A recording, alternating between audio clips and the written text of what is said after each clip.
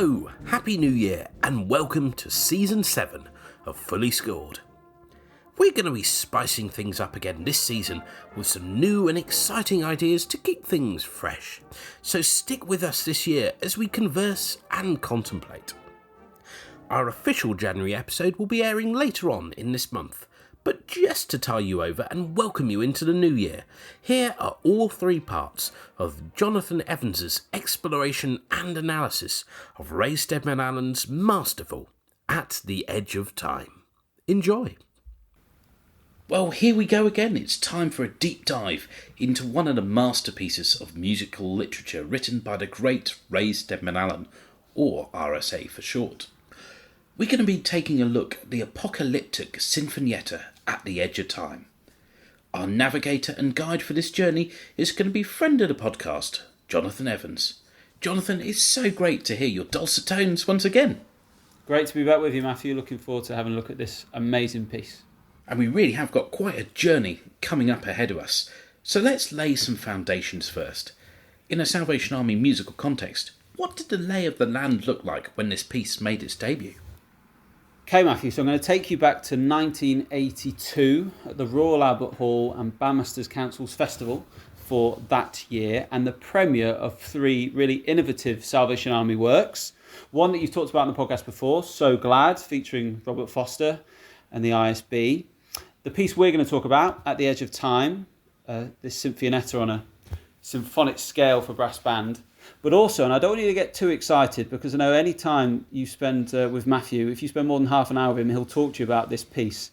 The Traveller by Jack Gibson was played under Bandmaster Jack Gibson by Norwich Citadel Band. So it was a real evening of innovation with those three premieres. And I wonder, Matthew, if I could give you a quick quiz, a taste of your own medicine, a bit of Bandmaster mind. Are you ready for this?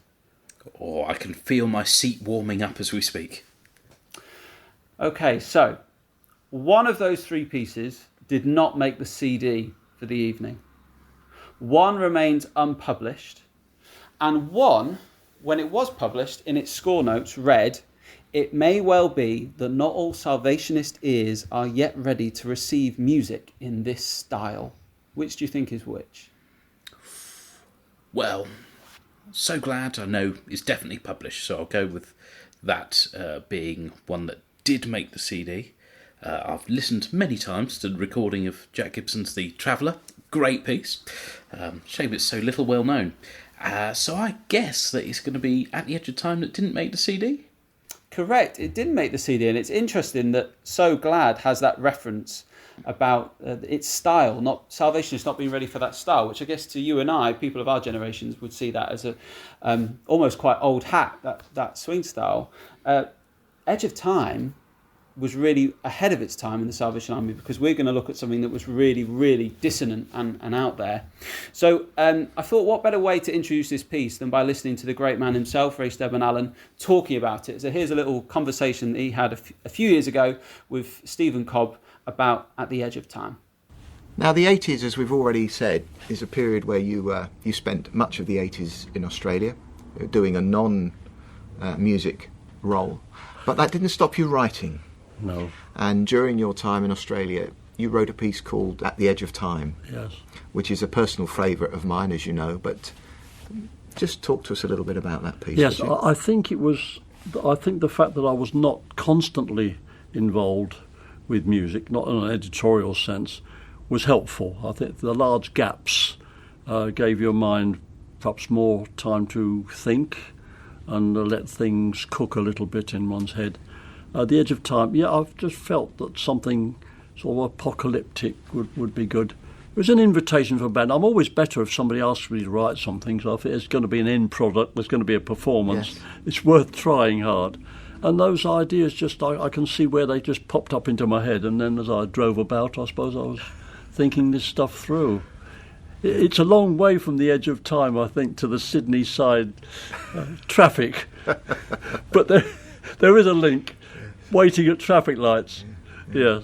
But you wrote this for the Camberwell Band, and yes, I quite prize it, because the idea is forceful, not the musical idea, but that they bring the best of ideas out of one's mind. I think the concept that there'll be this time so much will happen, of which so many films are being made, apocalypse now.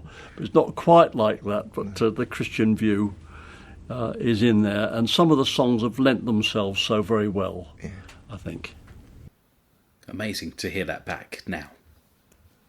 Yeah, so it was commissioned by the Camberwell Band, as was mentioned there, for the 1982 UK tour that they gave, which led up to that concert at the Royal Albert Hall, where they gave the first grand performance, if you like, in that setting.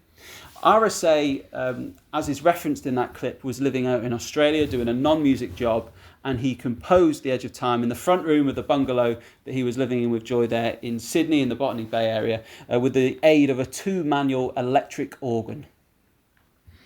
Fantastic.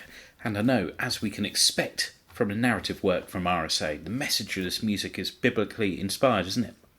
Yeah, the title relates to Jesus' promise that he will return as Lord and King eternal. Christians in faith await the second coming. And Jesus states in Matthew 24 that no one knows when the second coming will happen, only the Father. The phrase, at the edge of time, doesn't actually appear in the Bible, but there are two near references we might want to make mention of from Revelation, a book that's going to be really important to this piece. Revelation is John's vision of the end of the world given to him by God, which speaks of the coming of the new heaven and earth right at the end of the Bible. Revelation 10:6 states, there shall be time no longer. So that's one reference. Actually, Messiaen, when he was writing his Quartet for the End of Time, which is one of the most famous pieces of classical music about Revelation, he had that inscription at the top of that score, written in 1943 and performed at a concentration camp during the Second World War. If we fast forward to Revelation 22, the final chapter of the Bible, where there's reference to the second coming and the 7 scrolls that reveal that, the defeat of the devil and then new heaven on earth, there's this reference to the time is at hand. All of these events are coming. So it's important that we understand a bit about Revelation in understanding this work. And I'm going to use it as a bit of a guide, particularly when we get to the third movement. But I won't be theologically unpacking it. There's loads of interpretations. It's just helpful for understanding the musical program that RSA is using. So anybody already familiar with this work will know that the musical language to this work goes far beyond what one might expect to hear from brass band music, particularly Salvation Army brass band music. The complexity rhythmically, melodically, and particularly harmonically is really quite astonishing when we get to the third movement for any genre of music, but really in contrast to the sound of Salvation Army music that's come before. Does this piece just come out of the blue, or do we see any musical inspirations behind it? Yeah, so as you're saying, it's kind of, to represent all of that, it's an apocalyptic work that is describing or prophesizing the destruction of the world, but also in the Bible, apocalyptic literature is about revealing truths, so that's also part of this as well. To tell the story, this is a really what you might call polystylistic piece. It's using lots of different styles. So the first movement we'll see is basically a march, the second movement a meditation, and then the third movement what RSA calls a vigorous scherzo. That third movement is very contemporary in nature.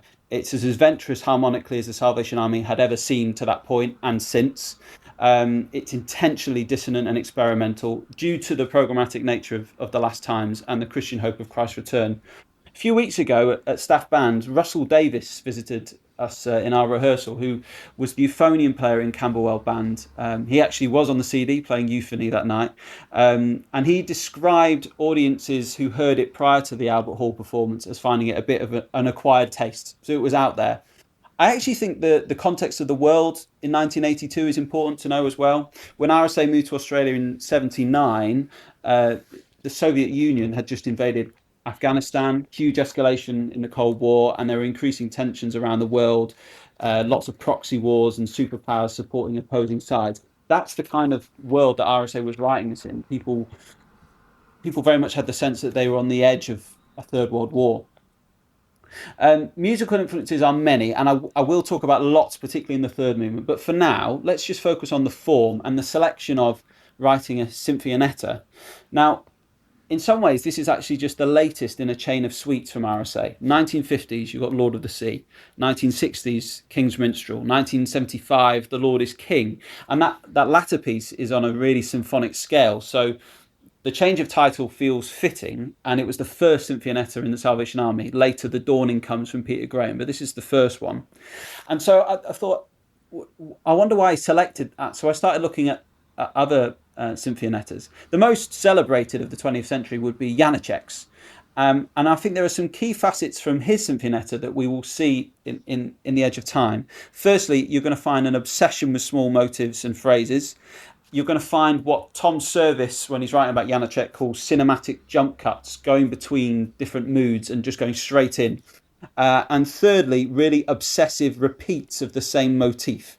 Janacek took the form from being one that was supposedly lighter. So you're not writing a symphony, you're writing a Sinfonietta. It was supposed to be lighter in style. But he made his orchestration really bombastic, bold, and very brassy as well. And that's the version that we're going to be getting from RSA here. Oh, I love the alliteration there. Bombastic, bold and brassy. Nice. So now we've laid those foundations, it's time, I guess, to open up the score and delve deeper into the specifics of the music. So I think a good place to start would be the first movement.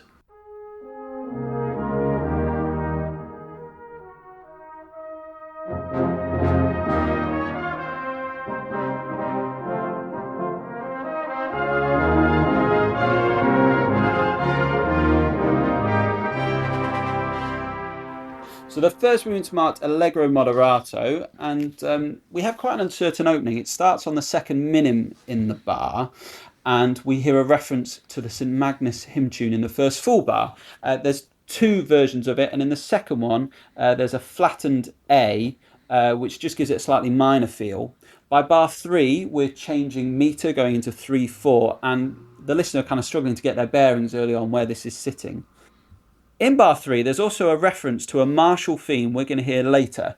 Bum, bum, ba-dum, bum is how it's presented in bar 3. The same note is repeated 4 times in each voicing, and that's something we're going to hear over and over again in this piece.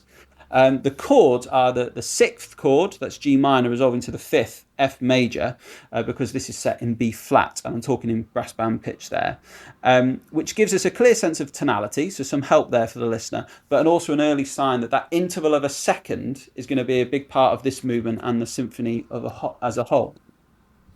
Now, this first movement is going to be a setting of St Magnus. RSA had done that before. 1969, General Series 1604, he'd done a hymn tune arrangement of St Magnus, which is just an amazing, superb hymn tune arrangement. Kind of, if you wanted a lesson in how to do a hymn tune arrangement, St Magnus is that.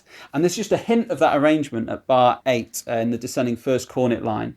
We're still moving between 3/4 and 4/4 with that martial 4 or 5 notes sometimes repeated in octaves between solo cornet, first baritone, first trombone. And then that figure is referenced again in octave Ds by the trombones on the 3rd of the key. This figure, and here with the trombones, it's da-da-da-da-da-dum, that figure. I think it's derived from 1, if not 2 melodies that we're going to hear in the 3rd movement, and it's really asserting itself as being crucial in establishing this martial style early on. Notice the swells in the bass of the band, which will be used on several occasions. Each swell is taken from the first phrase of the hymn tune St Magnus, and what we'll find is he's able to extract so much material and transform so much stuff from just a bar of one tune.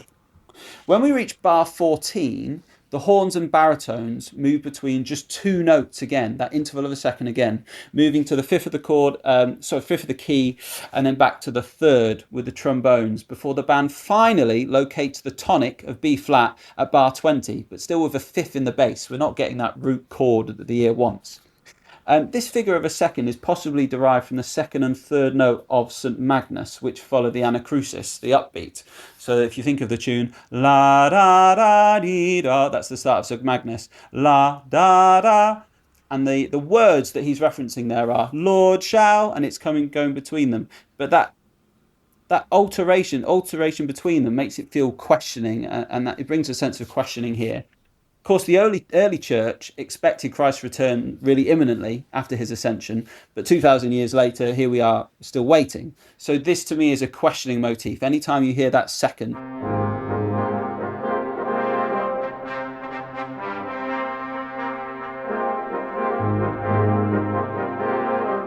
musically, the constant movement between 2 notes is very similar to the fanfare motifs from the first movement of Janacek's Sinfonietta. So if you listen to the first few bars of Janacek's piece, you'll hear ba-ba-bam, bam, ba-ba-bam, bam, going between two notes, and with great strength as well. Those of us who know RSA's music really well will recognise as well this first movement is very different to the writing of the stuff he did for the 78 Congress, like Ratcliffe Highway, and certainly to 10 years earlier, Holy War, because it's very extended diatonic harmony. It's a far cry from that dissonance that we'd seen before, the bitonality of Ratcliffe. And yet it's so extended in its diatonic writing that, coupled with the constantly changing metre and the placement of accents between bar 20 and 24, it's actually quite unsettling. And we don't get the root chord with a tonic B flat in the bass until bar 31. Around about bar 25, we've got a first move into 5/4, another change of metre, and it introduces us to the melody Sud Magnus in full, focusing on words we won't find in the Salvation Army songbook that speak of Christ's return, based on Revelation 22, verse 12. And those words you talk about are, "The Lord will come and not be slow. His footsteps cannot err. Before him righteousness shall go, his royal harbinger." Well, the hymn writer was John Milton, and he was one of the great English poets of the 17th century. He wrote at a time of religious flux and political upheaval, and he's best known for his epic poem Paradise Lost, which tells the story of the fall of man in the Garden of Eden and earned him an international reputation in his own lifetime. He was very outspoken in writing against the episcopacy and in support of the Puritan and Commonwealth cause. He vigorously attacked the High Church party of the Church of England and their leader, the Archbishop of Canterbury, along with the papacy of Rome. Now, at the restoration of the monarchy in 1660, he went into hiding, John Milton. A warrant was issued for his arrest and his writings were burnt. He was arrested, jailed briefly, and subsequently lived out his days in Milton's cottage in London.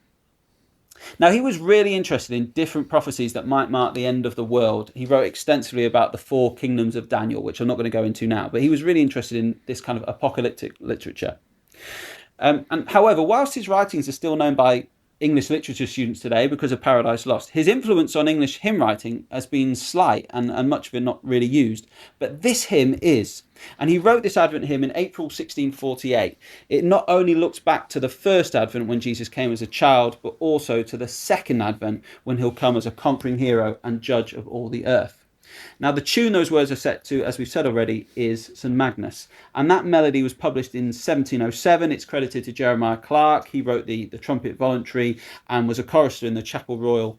He even sang at the coronation of James II in 1685 and was a very well-known musician of the day. St Magnus itself consists of 2 long lines, each of which has a sense of climax. There's an octave leap in the final phrase, and it's got a stunning effect. I heard one kind of hymn historian describing it to being like a vault in a Gothic cathedral, which I really liked. Of particular significance to us is in the second phrase, there is a raised fourth, sometimes called an augmented fourth or diminished fifth, depending on how it's written. So, for example, if you're in the key of C, I'm talking about an F sharp being added in. This chord is commonly known as the tritone.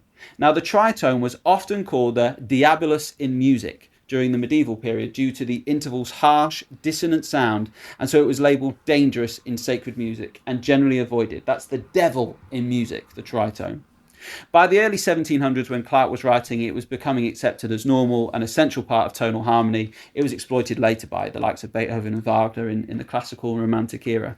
By the 20th century, it had become the foundation for new musical languages, such as atonal music, which we're going to talk about, serialism, which we might briefly talk about, and that's really where its dissonant quality could be fully embraced. So for now, enjoy listening to this wonderful hymn tune, St Magnus, but remember the tritone for when we get to movement 3.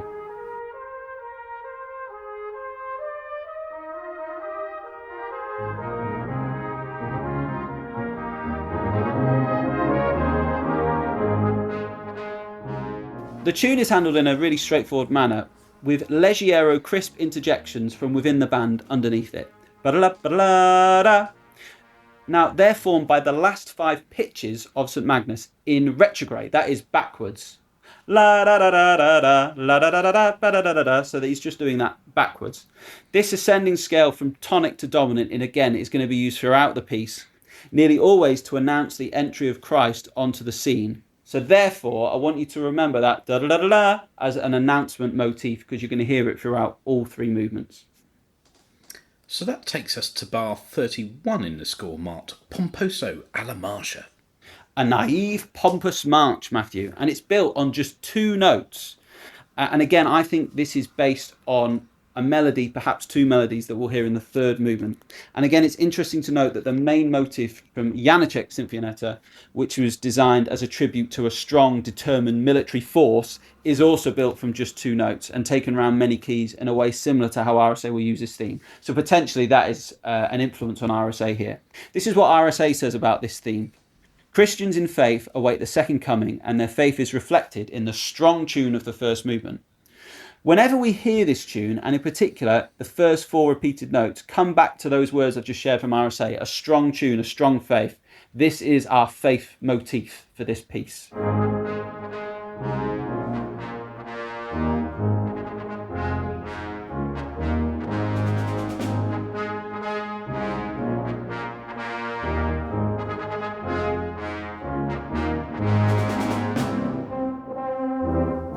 Now there's a change of key at bar 39 into D major, and the pompous tune continues. A crescendo takes us to forte at bar 48, and the return of the two-note alternating motif from bar 14, now with the whole band, basses aside.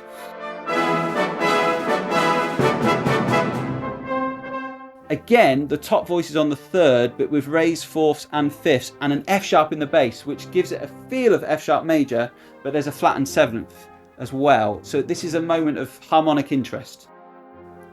At bar 50, we move back into B flat, and the martial tune with its faith motif continues with some variations. Listen for the ascending scale figures in the bass, which land on the sixth, that announcement motif.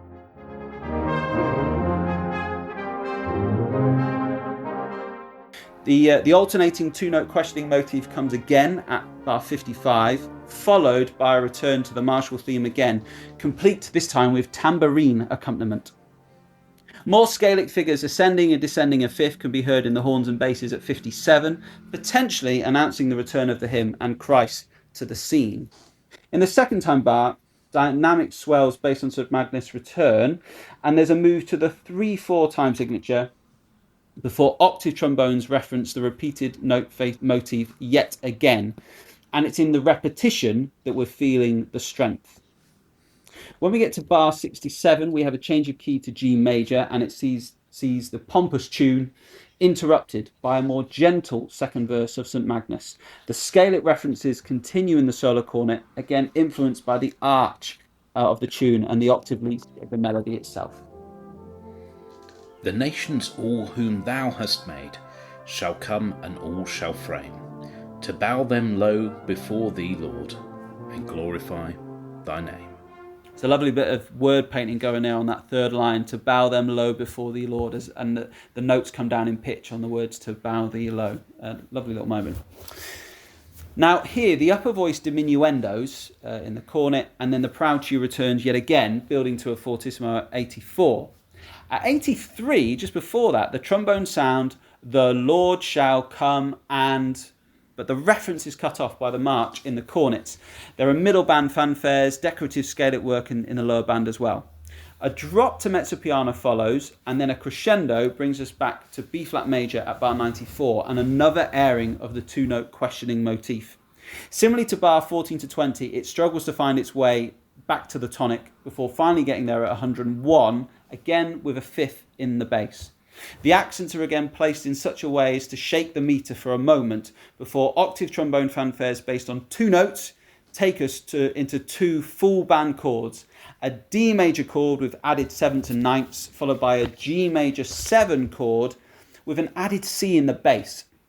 And it's that C that takes us into our final key change as we arrive at C major for a glorious third verse setting of St. Magnus that reminds us Christ is still on the throne and is an everlasting God. For great you are, and wonders great, by your strong hand are done. You in your everlasting seat remain as God alone. The cornets proudly sound the announcement motif, la da da da da, and the ascending scale is heard again from C to G, repeating those earlier bass and horn motifs and echoing back to the Leggiero interjections in the first presentation of St. Magnus. Now there's a great bass line to listen to here because it follows and it kind of preempts the shape of the hymn with octave leaps and descending scales. Just fantastic bass line to listen to, great writing. The trombones and solo cornet make one final octave reference to the martial theme with that faith motif we've referenced before 4 huge chords bring this movement to a grand close.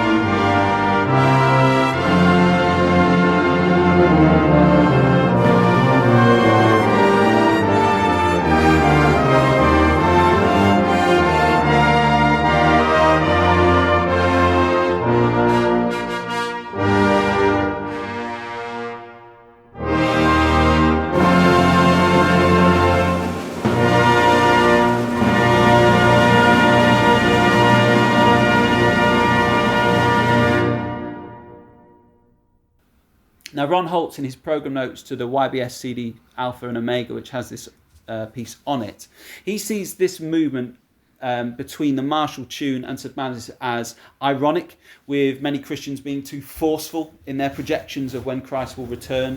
We've had it even in my own lifetime. I can remember people saying the earth's going to end on this day or this day, and obviously, so far, they've ended up being wrong.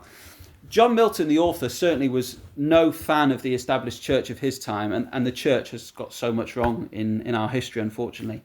However, if we go back to the score notes, RSA merely describes the tune as strong, and so perhaps this is a representation of a sure, simple faith that has a Christian being comfortable in the fact that Christ is everlasting in his reign and there is going to be a glorious return.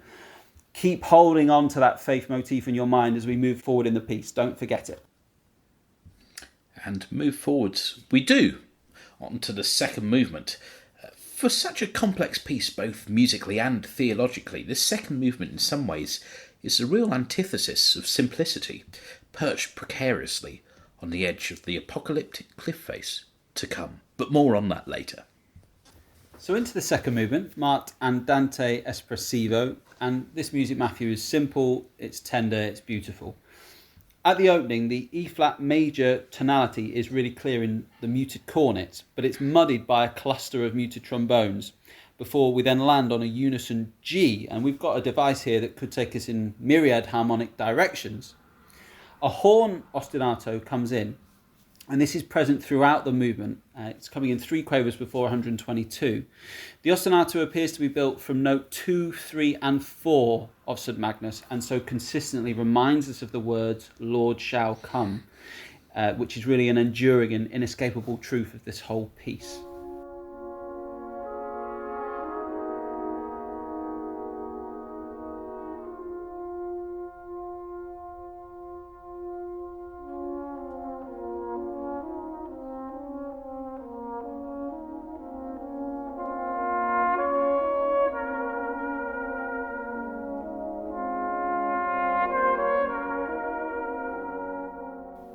A lone cornet pleads sorrowfully over a muted triad of trombones that are taking us into the relative key of C minor relative to E-flat major, which is a huge contrast to just a few seconds ago, we had the grandiose C major at the end of the first movement. The cornet line starts by moving between G and C, the first 2 notes of St. Magnus, the Lord, but with extra notes added in. So first of all, an E-flat, and then a D and an E-flat. And it's almost like with this move to C minor and that figure, we've got a despairing echo of the grandiose of moments before. The octave leaps of the tune St. Magnus return next with move between octave Gs before oscillating between G and F. And this connects us back again to the questioning 2-note motif of movement 1. The first trombone is supporting the lamenting cornet with octave Gs before the sorrow increases at 131 with an unexpected F sharp in the trombone clashing against this weeping cornet's F. The ostinato then takes us through to 136, where we have 13 highly chromatic bars. Now, we're never far from the Lord Shall Come ostinato, but it's played here incomplete with just the first 4 notes, coupled with an increasingly chromatic ascending scale in the solo cornet and accompaniment too. The meter is hard to follow for the listener, as 2/4 appears on 2 separate occasions. On the second occasion, the Lord Shall Come incomplete ostinato reference appears in a cluster with added D flats grating on C naturals, descending from upper to lower band. At 149, the clustered trombones of the opening return to undermine the E flat chord in the cornets before resting again on a unison G. At this point, coming into 153, the ostinato of the horn is now taken up by the cornets. And in the euphoniums and baritones, we hear the beautiful Victorian Sunday school chorus based on words from Malachi 3 verse 17, When He Cometh, played here to the tune of Jules. And it's joined a bar later by the same lament that we heard in the cornet, now played by the flugel. We can now see that the lament has been transformed into a counterpoint for this song, When He Cometh. The ostinato could also now be heard as a combination of 3 notes from St Magnus and 3 notes from the chorus of When He Cometh as well. RSA is making particular reference in his score notes to the second verse. He will gather the gems for his kingdom, all the pure ones, all the bright ones, his loved and his own. Like the stars of the morning, his bright crown adorning, they shall shine in their beauty, bright gems for his crown. If the first movement was Christians strong in faith due to the confidence that Christ shall come, then this second movement is telling us what Christ will do when he comes, as referenced in Matthew 13, verses 39 to 43. The lament, built around the faith motif of the first movement, hints of St Magnus and those questioning seconds, is one of loss, and a reminder of Matthew 5 verse 8, that not everyone will be gathered in the end times. It will be the pure ones, the bright ones, his loved and his own. A glorious moment, yes, but one that is going to carry pain. And I wonder, here in the music, if this is the Christian, so strong in the first movement, here sorrowful in their theme, worrying for loved ones, or maybe reflecting on whether they themselves have done enough. Whilst the tune is presented in the major, the bass line and trombone triad continues to hint at C minor, creating still more discomfort and tension through this bitonality, and it has a really haunting character. There are some hints of hope though. The ostinato is removed at the chorus, and there is a moment of collective joy in the line, they shall shine in their beauty, before resolving onto a tonic E flat major chord at 173. We see the marking morendo at 173, and the music fades away. References to the ostinato continue before one final reminder of the opening muted trombones with their cluster and the muted cornet in E flat major. This time though, the trombones do resolve, and we end the movement in beauty and peace with an E flat major chord.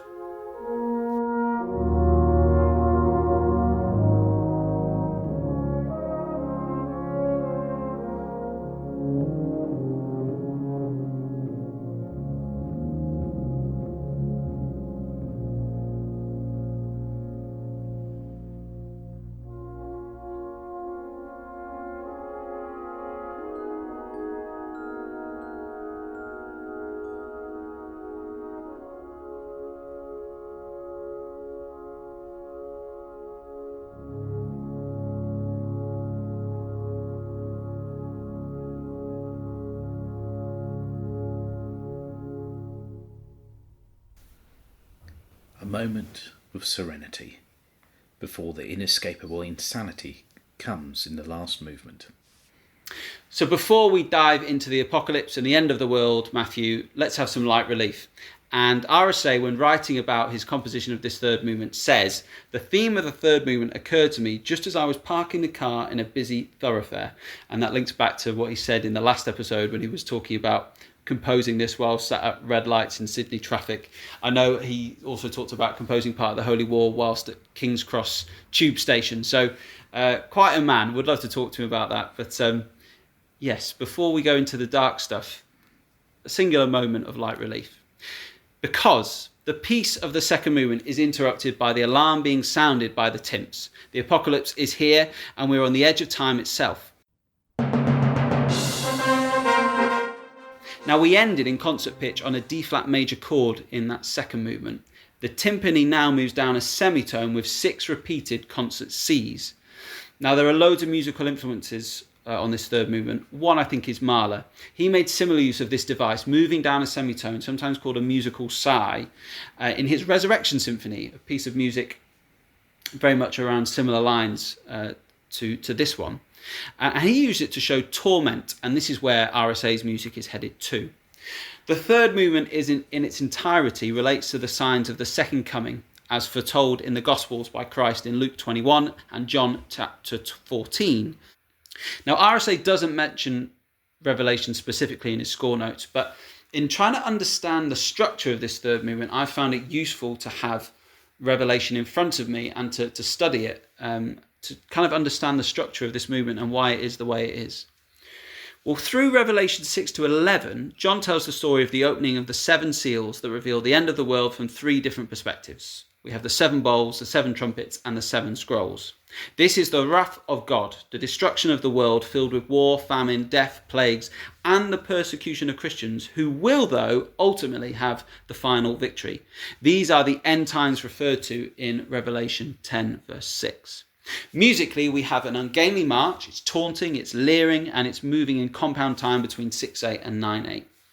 Amidst the carnage, notice the hints of the faith motif from the first movement in the solo cornet repeated Ds, and again rhythmically in bar 186, now completely disguised by discord and overlapping rhythms. But followers of Christ are still there, just about. When we get to bar 188, we have a violent upward thrusting gesture.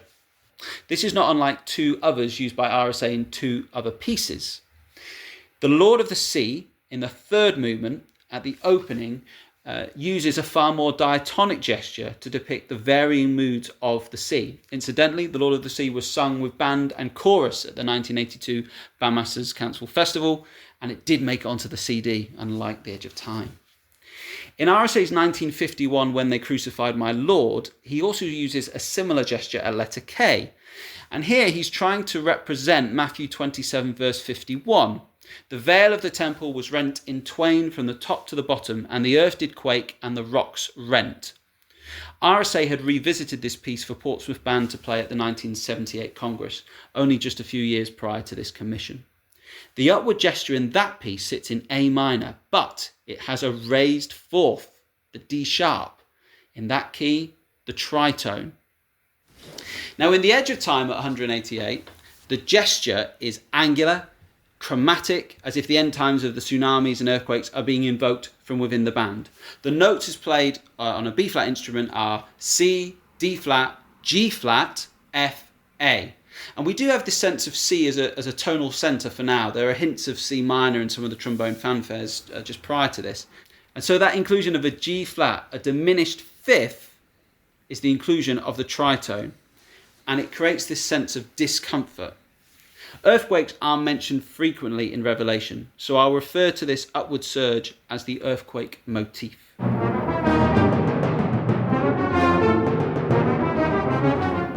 Now that row of notes themselves, C, D flat, G flat, F, A, suggests no traditional scale or mode.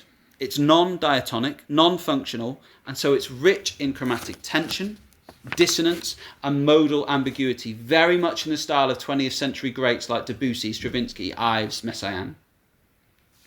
Listen at 3 bars and 1 bar before 202 for a figure that will come on several occasions through the movement, often at times of introspection and where faith is being tested.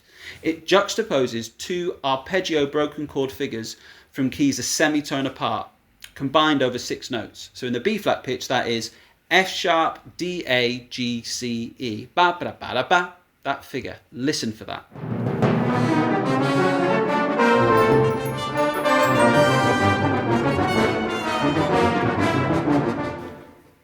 In this juxtaposition, we see the influence of Schoenberg. In 1908, Schoenberg stood at a crossroads in his musical and personal life. His second string quartet begins in a romantic style, but many see the beginnings of 20th century atonality and the journey to what we call serialism, 12-note rows, as beginning in the third and fourth movements.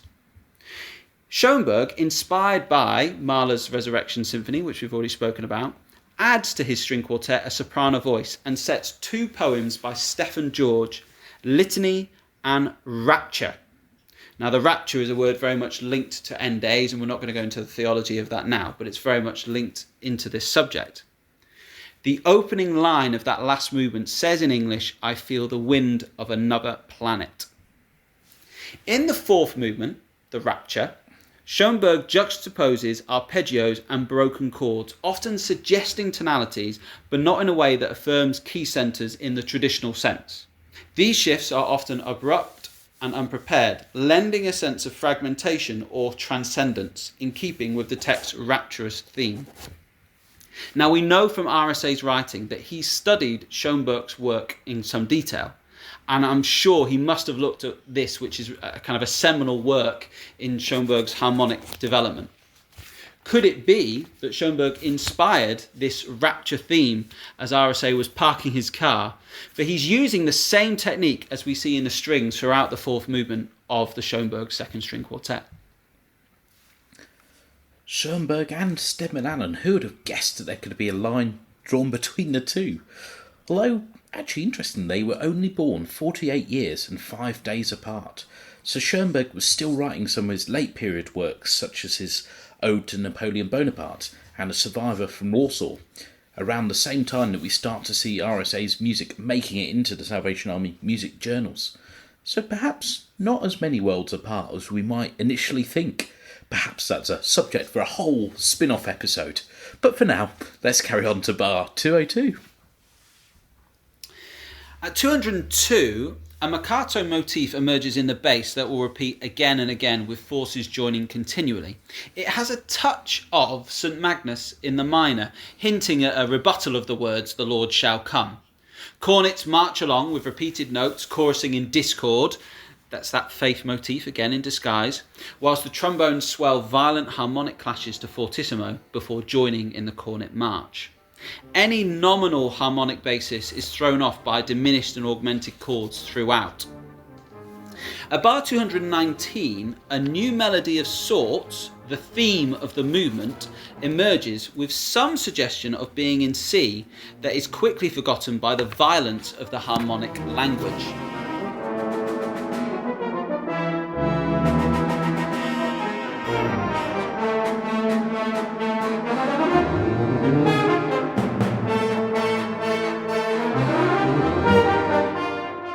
The melody appears to be based on the arpeggio-like figure of 199 and 201, inspired by the musical language of Schoenberg. Let's call this the Rapture theme. G, C, E, F sharp are the first four notes. The first three, G, C, E, suggest we're in C, and the move to F sharp takes us again to the tritone, the devil in music. At times, the melody feels like it could go in the direction of a musical mode used in the music of Debussy, Stravinsky or Messiaen, but there's an inclusion of an F natural and an F sharp, and that kind of rules those modes out. It's too ambiguous to be Debussy or Stravinsky, and it's not symmetrical enough to be Messiaen. The theme is based on 10 of the 12 musical notes. And so we can see we're not that far from a 12-note row. That is 12 distinct pitches played without returning to one until all have been sounded. And whilst it's not that, we are very much in the atonal sound world of Schoenberg and serialism. Now, this should be a surprise to us. Remember, RSA used a 12-note row to open the immortal theme, his trombone concerto that he wrote a quarter of a century before this for Maisie Wiggins in 1959. Now, there's just a hint of a rhythmic palindrome in the melody, 2 bars before 219. That's a rhythm that is the same forwards and backwards. Now, it is only a hint because a tie has been added between two of the notes, so it's not an exact palindrome, but we see this figure employed again and again in the music. As it's notated, it would be ba ba da da da da da. If we put the take the tie out, then we can have ba da da da da da da da. Go in the other direction, backwards, ba da da da da da da da. So it's a hint. It's a very near palindrome. It's interesting to note that this was a technique used extensively by Messiaen in his 1943 quartet for the End of Time. If you look at the sixth movement, have a listen to the sixth movement, you'll hear that coming through strongly. Perhaps that's an influence here, and if not, it's definitely a shared sound world that's being created by RSA. Now, the impact of this palindrome, and in fact any rhythmic palindrome, is one of timelessness and eternity. And in this case, it's as if the sense of discomfort will not stop. There is a stylistic sense of a march here in everything but the meter, which is changing almost every bar with accents placed to further disorientate us. The world is on the brink, marching to disaster with the alarm sounded again in the percussion with 2 shock notes. Notice the repeated 4 crotchets that come in the midst of the alarm in the back row cornets, flugel, the horns, baritones, euphonium. That faith motif from movement 1 still just about remains, no longer simple, of course. Notice from 222 a figure that comes again and again, especially here in the trombones, where they move down 1 semitone step, in effect a musical sigh. The sigh motif is a 2-note descending interval, usually a step or a half step, like here, a semitone, often slurred or phrased to sound like a natural exhalation or lament. It has a long history in Western classical music, dating back to the Baroque era, and is typically used to signify pain, resignation, or tenderness. Now, as I mentioned earlier with the timp at the beginning of this movement, Mahler uses it in the first movement of his Resurrection Symphony to show torment, and that's the character again here with these semitone shifts. Also, notice the ascending 5th scale, that announcement motif, ba-da-da-da-da, taken from the last phrase of St. Magnus and placed in retrograde, coupled repeatedly with a descending minor arpeggio broken chord in all of the 3/8 bars.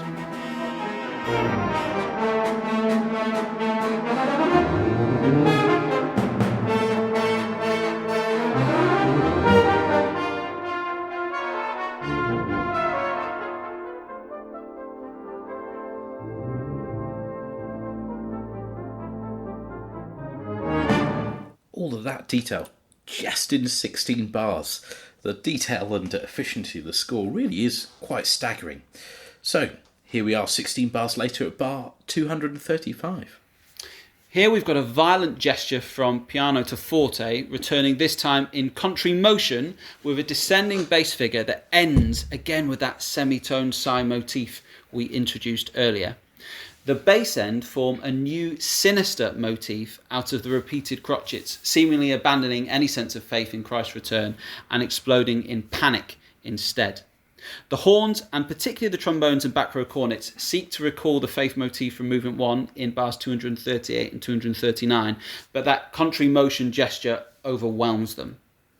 The Mercato St. Magnus-like figure of 202 returns in the trombones and spreads to the cornets as a full band crescendo takes us to a moment of discord at 247 as 2 different triads clash against each other on top of an entirely unrelated F in the bass.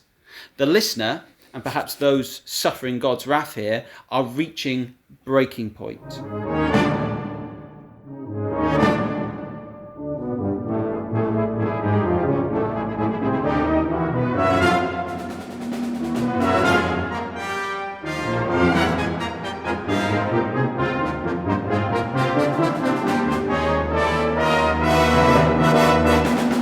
This is reminiscent in impact to the death shriek, cry of despair, heard in the 3rd movement scherzo and then finale of Mahler's Resurrection Symphony, creating maximum dissonance. Listen to just the opening of the last movement of that symphony to hear that death shriek.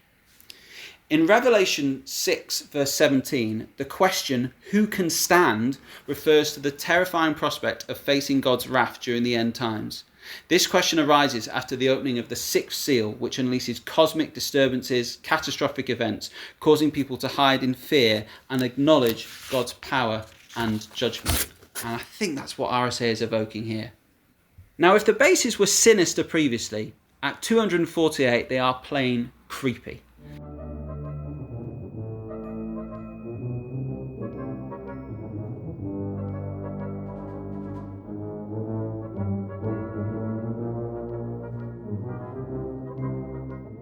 As if scoffing at faith in Christ's return, the theme of the movement returns with its rhythmic palindromes. This time the hint of C is replaced by a clear move to E minor to open, with the same note sounded 4 times. Some are in no mood to repent, and I feel this could be Christians being persecuted and scoffed at, and even frightened by the inclusion of scary, diminished seventh intervals. 7, of course, a very important number in Revelation, the perfect number, God's number, and you've got 7 burning lights, 7 churches represented as lampstands, 7 scrolls, 7 angels, 7 trumpets, 7 stars, 7 seals, 7 bowls, 7 thunders, 7 mountains, 7 signs from heaven, and even a dragon, the devil, with 7 heads and 7 crowns. Scary stuff. We are potentially here at another point in Revelation 6, where Christians are persecuted and martyred.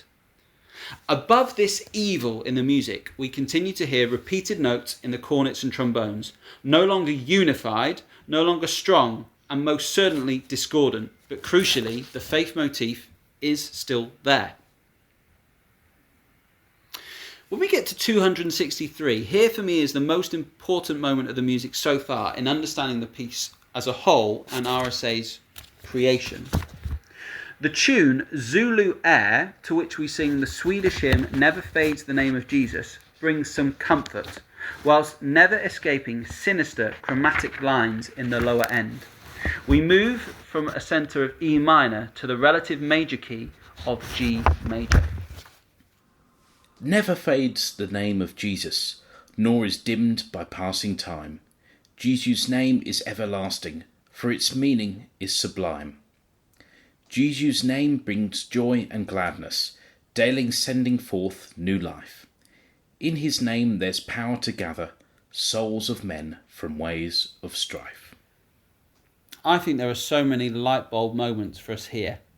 The faith motif we heard in the march of the first movement and in the lament of the second movement, I think is derived from this song, specifically lines 5 and 6. Jesus' name brings joy and gladness, daily sending forth new life. This was also repeatedly referenced at the outset of the movement in the solo cornet, frantically repeating those Ds in compound time. The faith motif is crucial to understanding the narrative of the work so far and as a whole. Never fades the name of Jesus. Indeed, it's always there. Through our sorrows in movement 2 and through the pain, persecution and destruction of movement 3, the name of Jesus and new life has been there, and whilst not always strong, some faith in that has remained there too. Above the chromatic bass line, a horn presents the melody in G with limited accompaniment. Cornets and trombones join at mezzo piano before a subito forte brillante declares, "In his name there's power to gather." This is directly inspired by a line from Revelation 5 and takes us back to the language of when he cometh in the middle movement, he will gather.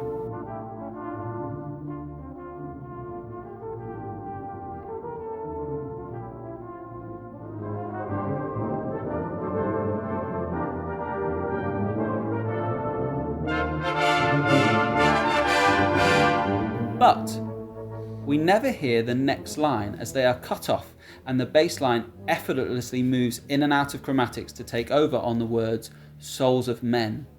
We never hear the words from Ways of Strife though, as the bass line returns us to strife itself with their creepy, devilish ways using the theme of the movement. The repeated note faith motif returns to being a discordant, distant interaction between cornets and trombones. Torment returns, and a key change just before 295 signals a growth in its intensity as crescendos coupled with time shifts, the upward gesture earthquake motif of the opening, and heavy accents combine to propel us further towards apocalypse. At 293, the alternating between C and D flat hints at the return of the earthquake motif whilst reminding us of the wrestling and questioning of the first movement between two intervals. The earthquake returns in full at 296. At 300, 3-5-8 bars see cornets and trombones alternating in octaves between C and D, taking us back again to bar 14 of the first movement, that questioning motif. At 306, we reach a moment marked as intense before the earth shakes at 308 with quavers in contrary motion ascending and descending, beginning from a second apart.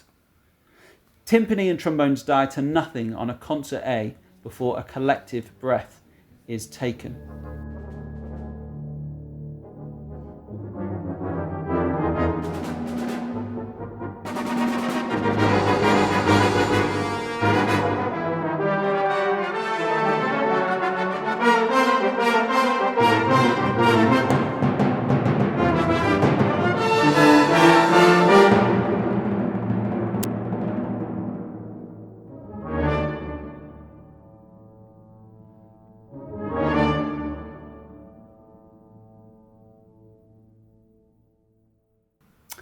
At bar 311, we reach a point of confession as the tune of Turner is introduced at pianissimo.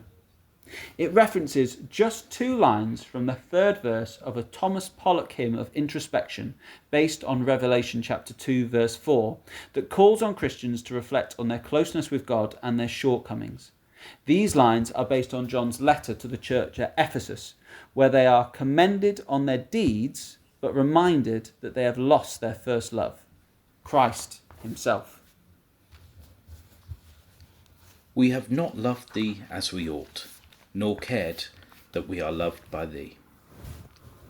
The Christian here wonders if they have done enough to be one of the gathered. Are they truly pure in heart? They think not. But the non-believer is here too. And it could be that we're in Revelation chapter 11, where the Christian witnesses urge others to repent, despite the cost of dying for their faith. This section of Revelation is one that gives a clear message to the church today that we need to love others, laying down our lives for them in the way Christ did for us. Equally, it could also be chapters 12 to 14, where John lays out a choice between the way of the world, which is referred to as Babylon, the Old Testament city, or to join the army of Jesus. This is a moment for repentance. Now, it may be coincidence, but notice that the first 4 notes of the melody, Turner, are repeated Ds.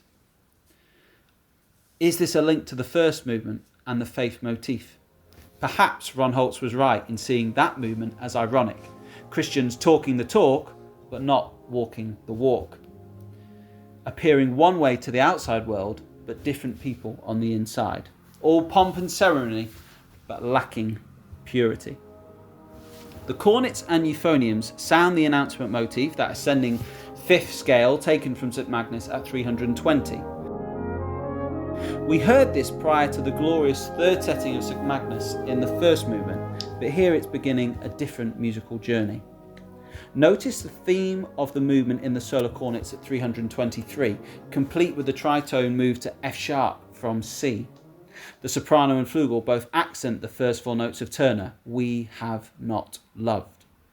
The band builds in dynamic, tempo and pitch before, at 332, another reference to the theme of the movement leads the trombones to scream at fortissimo, we have not loved thee as we ought, as the cornets repeat again the broken chord motif before taking over to say, nor cared that we are denied the comfort, perhaps undeserved comfort, of the words, loved by thee.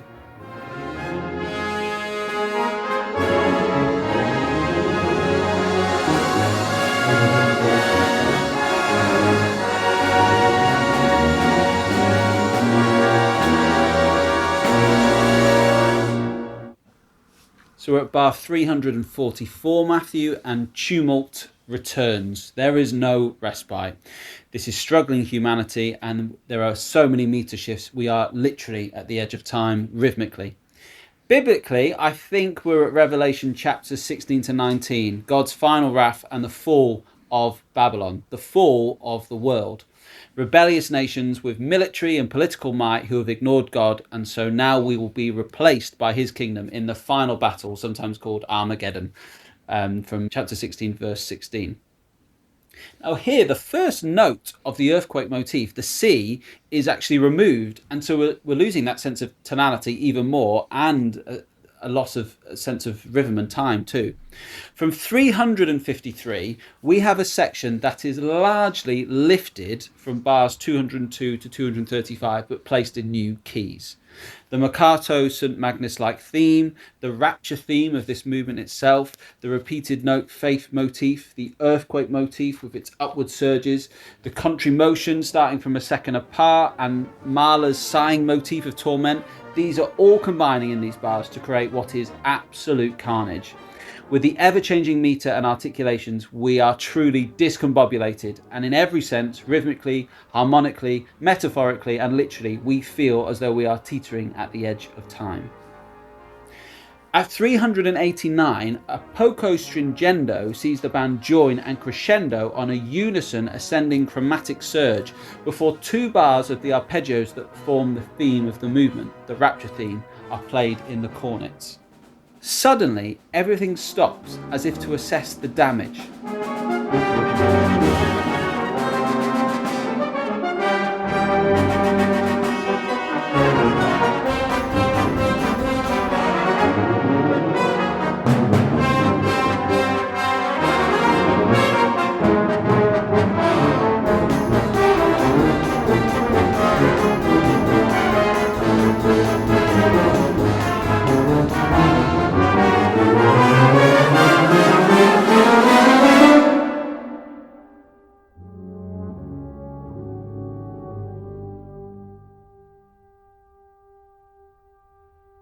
The earthquake motif is sounded, but this time at pianissimo. A softer upward surge here is used as the earth shakes for the appearance of Christ himself.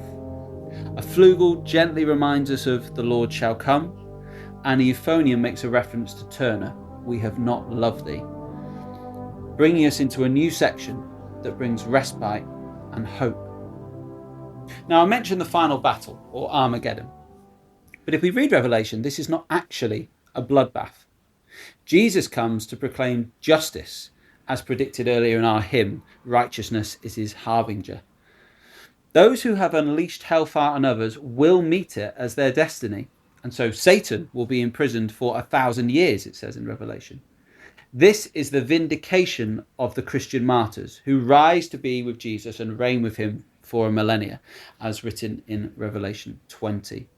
Now, Matthew, I want to take you back to the very first piece that you analysed on Fully Scored, and something that's always stuck with me. And it's a quote from Leslie Condon introducing Easter hymn in the last movement of Easter Glory, and he does it quietly. And I'll always remember the little thing he says when he's talking about it at Star Lake. "For truth sometimes makes its point quietly, you know." Here, the hymn tune St. Magnus returns softly and simply in D major. With its repeat of the final line, I like to hear this as the final verse, not glorious as earlier, but powerful nonetheless. For great you are, and wonders great, by your strong hand are done. You in your everlasting seat remain as God alone. And note that repetition of that last line, "You remain as God alone," in the midst of the horrors of the music, Revelation, the final days, or even just our world today, maybe even your own personal circumstances today. He remains as God alone. Never fades the everlasting name of Jesus. What a message of hope. And actually, that's what Revelation is. It is actually a book of hope. At 415, the bad news is the tumult is returning as the snare drum takes us forward into another ferocious section in this movement, which is taking Salvation Army music to the brink of chaos. And I think we are in Revelation chapter 20 here. The return of the dragon, which is the devil, in the book of Revelation. And the devil is mustering forces to fight. There are violent contrasts and stark discord here. Again, the rapture theme of the movement is in the bass, whilst the discordant repeated note faith motif delicately plays over the top. At 415, the flugel and trombone octaves take the listener's memory back to St. Magnus octave leaps and also the lament of the middle movement. Just before 428, the theme of the movement begins to grow into a chromatic ascend, adding dynamic and accent as it grows up.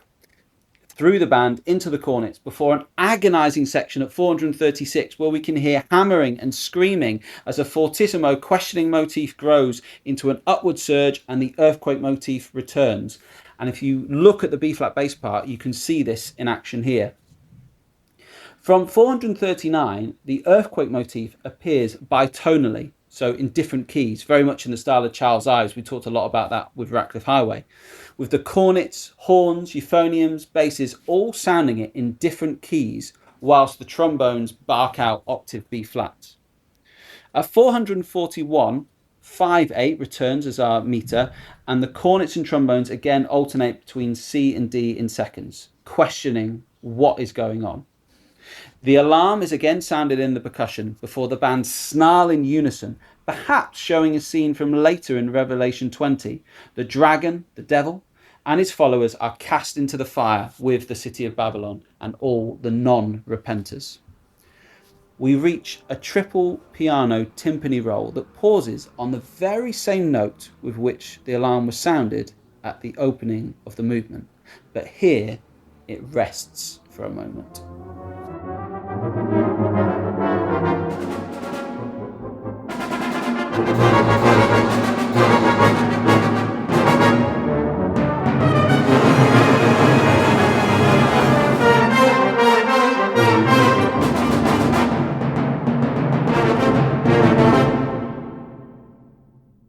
I really do truly believe this is one of the most dramatic moments in the whole of the Salvation Army repertoire. I'd love to know what was going through the minds of those hearing this for the very first time in this exact moment of what's going to happen next. Well, in the score notes for 449, RSA says that we find here a sudden stillness and emptiness, a quiet epilogue. The flugel and baritone quite sweetly present the rapture theme of the movement, those two arpeggio broken chords, over a mixture of minor and diminished chords in D below. At 452, the basses continue their confession with a reference to "we have not loved thee as we ought." And then a cornet lament sorrowfully sings, accompanied by further references to that rapture theme in the solo trombone, and then at 462 in the E-flat bass. This cornet line reminds us of the ostinato of the middle movement, and also of the pain and gnashing of teeth we read of in Matthew 8 verse 12. But the subjects of the kingdom will be thrown outside into the darkness, where there will be weeping and gnashing of teeth. And actually there is a lament for the city of Babylon in Revelation 18 as well, after they are cast into the fire. We can even see the theme of the third movement within the cornet lament. Look at bar 455. There's a tenuto F sharp, followed at the end of the bar by the D and A quavers that form the first broken chord, before in the next bar a G, C, E appear to give us a sense of a C arpeggio. Again it lands on an F sharp, bringing us back to the tritone and ultimately back to the hymn tune St. Magnus, which is where RSA is getting that from. The Lord shall come. Interestingly, within the lament, you can also say that the words "the Lord shall" are also sounded in the same bar, 455, because there's the inclusion of D as a passing note. At 464, an F pedal appears in the euphonium and timpani, continuing then into the baritone and flugel, filling in the gaps between the chords. The timp pedal is 4 repeated crotchets, connecting us again to the faith motif of the first movement, inspired, I think, by both the tune Zulu Air and the tune of Confession, Turner. The final 8 bars of the piece see chords and the upward gesture earthquake motif combining for one final earthquaking climax, as RSA finds from somewhere an ending of majesty. Now there's been a little bit of writing done about The Edge of Time, not a huge amount, some program notes on CDs, and Dudley Bright wrote a little bit about it in RSA's book. And Dudley questions whether these final chords are victorious. Are we at the edge of time? We're on the edge of abyss. It's just the reality of life on earth. And Holtz questions, is this triumphant, but it's not conclusive? Is it just a puzzling ending?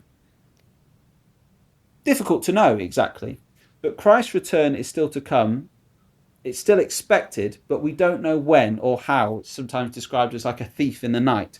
We don't know when it will happen. And so this ending does have a feeling of suddenness, but also it's transformational, this ending. I think the earth is shaking because we're reaching the end of Revelation. And in chapters 21 and 22, the earth shakes because of the new heaven coming to earth. It's the marriage of heaven and earth, the new Jerusalem, the Garden of Eden restored, the tree of life coming down to earth. In the very final resolution, and I'm looking here within the last 2 bars, notice it's the raised fourth that finally resolves onto the third of the chord. That is the tritone from St. Magnus, finally resolving.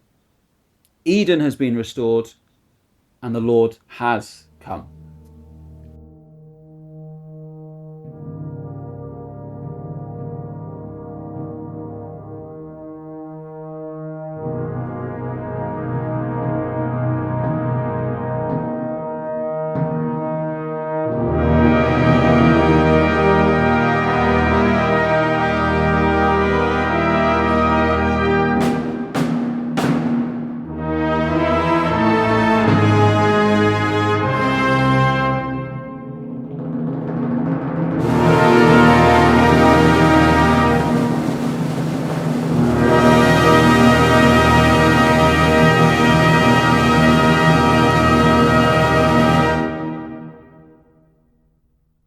From Genesis to Revelation, the story comes full circle and is complete.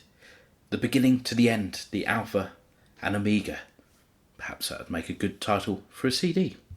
So Jonathan, this is just music, but the message is something much more. What can we as listeners, analysts and even players extrapolate from this in the 21st century we find ourselves in? Well, you're right, it is just music, but it's worth celebrating for a moment that RSA really was a genius. And these 3 movements vary in their stylistic approaches, but they almost seem to fit. RSA has a way of making that work. And so, as I said earlier, it's very polystylistic. RSA is always innovative, and he doesn't follow the stereotypes of the various styles he's using. He's brought in music from the wider world, but he transforms it. The third movement has so many influences, but no one composer is shaping this. Steadman-Allen could absorb the modes of Debussy, Stravinsky, Messiaen, along with the atonalism and the serialism of Schoenberg, in order to create something new. He could use the forms of Janacek, he could use the drama of Mahler, but he's making it his own.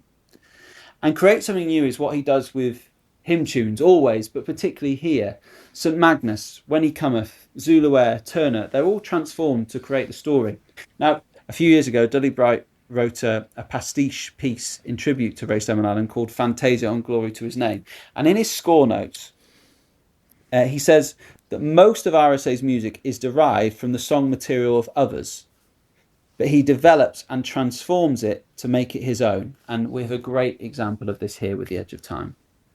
The best symphonic composers have thematic integrity, an arc coming from just a few notes, a few motifs, and RSA has it just as Janacek had it in his Sinfonietta. But far more than any of these other composers I've mentioned, with RSA for me it goes further, as this is a synthesis of brain and heart. He is creating Salvation Army film music, and that's something that Steve Cobb said a lot about this piece when we did it at TYB as teenagers and as TMS, that this is film music, Salvation Army film music, music to tell a narrative. This is program music, and it's taking us to our Bible with clear messages. So thinking about the message for Christians, every generation have seen themselves as the culmination of history and seen themselves an embodiment of Revelation.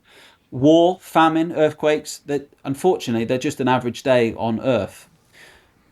But Revelation is not a book of fear, it's a book of hope. And we need hope. As I was kind of preparing for this, I was following the news as Israel and Iran were trading bombs, and then the US were getting involved, and you could see the skies of Tel Aviv and Tehran and then Doha being lit up. Meanwhile, we've got famine continuing in Gaza. Now, we don't know when the end times will come, or even if we're living in them already. Christians have wondered that for hundreds of years. They've wondered if some of these events have passed ever since the fall of the Roman Empire. The war, famine, plagues and earthquakes I referenced earlier have been happening on most average days on the planet for the last 2 millennia. So what's important for Christians is to be prepared now. Christians need to be ready and to be pure in heart. Consider the Thomas Pollock song that I referenced earlier, where each verse confesses a spiritual shortcoming. Firstly, of ignorance, we've not known thee. Then weakness in faith, we've not feared thee. Then coldness, we have not loved thee. That's the verse that RSA uses. Then neglect, we've not served thee. And then finally, pleading, when shall we know thee? Looking for divine light, fear, love, zeal, a time when Christ might come again. Consider the message for the church and for the Salvation Army contained in the opening 3 chapters of Revelation. Now, we haven't really talked about those chapters, but the first 3 chapters of Revelation are 7 letters to 7 churches. All of them are in some way rebuked by John. So we mentioned Ephesus already, we'd forgotten their first love and focused on deeds. The church in Smyrna had to be reminded God, not Caesar, was in control. In Pergamum, they were too swayed by culture and the latest trends. The church in Thyatira needed correcting, and the church in Sardis needed awakening. The church in Philadelphia, they were unprepared for mission. And in Laodicea, as we talked about when we were talking about Dean Goffin's The Light of the World, they were lukewarm and complacent about their faith. And I wonder if any of those could be applied to your church. I know certainly for me, this piece is very significant in my journey, having first come across the piece at Territorial Youth Band in 2011 when we played it. The music was so different to anything I'd heard, experienced or played before, and it really opened my mind to a world of music out there, in particular Salvation Army music. And perhaps, no, definitely, I didn't fully understand the whole spiritual and theological significance of that piece then, and I'm not sure if I do fully now either. But even without that understanding, the power of this music proved a real milestone in my journey, musically and spiritually. And I know that, Jonathan, you were also a delegate at TYB that year. Did the music have a similar impact on you? Yeah, I mean, I've actually played the piece twice. My last TYB with you there in 2011, and also the last time I was on staff at TMS, we played this as well. And it was amazing to be exposed to music of this calibre, complexity, spiritual depth. And we really need music like that tells stories and encourages us to find out more about the Bible. So why is Romans my favourite book in the Bible? Well, because first of all, I loved RSA's Romans 8, and so I went off and read Romans. How was I introduced to the Church of Laodicea in Revelation, The Light of the World by Dean Goffin, with its reference to Revelation 3:20? How was I introduced to Isaiah 40? Well, take a guess. Music then can be a hook not just for mission, but for discipleship and study too. So since you asked me to do this, I decided, Matthew, I was just going to have to throw myself into Revelation, a book that I've largely avoided. And I found so many resources to help me. Great podcasts from UCB, the Bible Project is really useful. Deeper into Scripture is a great thing I use for some of my devotions. And just finding those resources has helped me understand the piece, but actually, for the first time in my life, start to understand a little bit at surface level, because it's so theologically contested, but to start to understand Revelation. And I do think we need to be better at programming this kind of music. And I get this is a very hard piece. Not many bands are going to be ever playing this. But music of this scope, we need to be better at programming it. We need to be innovative. Absolutely, we need stuff up on screens. We've talked about it before, having words and scripture on screens. But actually, I don't think that's enough. We really need to explain this stuff to people. We need to go beyond the score. I mean, there was a thing that the Halley Orchestra did a few years ago in Manchester, which was called that. In the first half, they would explain the piece, and in the second half, play it. And I think we need to think outside the box if we want to continue to use music and have music written of this calibre. I only met RSA once, which is a great regret, really. I would love to have spent some time with the man. But I met him at ISB 120 with TYB. So we'd played The Edge of Time in the February, and then we played for the staff bands on the Sunday morning. They had a service at Westminster Central Hall, and TYB with a duty band. And we had an early morning rehearsal that morning. And RSA was invited up by Steve to meet us. That will always stay with me, I think, that interaction. All he wanted to know was, were we having a good time? That was his question. Are you having a good time? And it told me a lot about the man. He wanted youngsters to be hooked. musically, but also spiritually, and I certainly still am. And I was talking about this with Ryan Northwood, who was in TYB with us at the time, but he reminded me of something else that RSA said that morning. You have an amazing privilege and you should never take it for granted. Now, reflecting on that quote and putting it into this piece, the first movement could well be the pompous Christian, busy doing good deeds, but not knowing their Bible and ultimately not knowing Christ, in need of warning, reminding, correcting, awakening, being centered on Christ, prepared for mission, and to be a wholehearted follower of Christ. What a privilege that person could be missing at any time, be it the end times or not. Now, in Revelation 22, the phrase, the time is at hand, or is near, signifies that the events described in the book of Revelation, particularly the second coming of Christ, are imminent and will occur soon. This phrase emphasizes the urgency and importance of heeding the prophecies and living in a way that is pleasing to God. So if you're wandering far from God today, hear that message. Don't delay. Rejoice in the hope of what is to come, but also remember that the hope of Revelation is available to us all today. It's not just about preparing for an unknown date or future. It's about seeking to bring God's kingdom on earth now through our discipleship, our love, and our service. RSA was right. We have an amazing privilege. Don't take it for granted. Well, thank you so much, Jonathan, for quite literally hours of preparation and research that have gone into this audio essay, this audio devotions on one of our most significant works. It really isn't taken for granted that time you've put in. Music quite literally is just black and white scrawls on a piece of paper, but as we've seen there, those monochrome symbols can take our minds and our souls on a journey far away from terra firma to the heavens and beyond, leaving us bewildered maybe belligerent, and maybe even blessed. Thank you, Jonathan.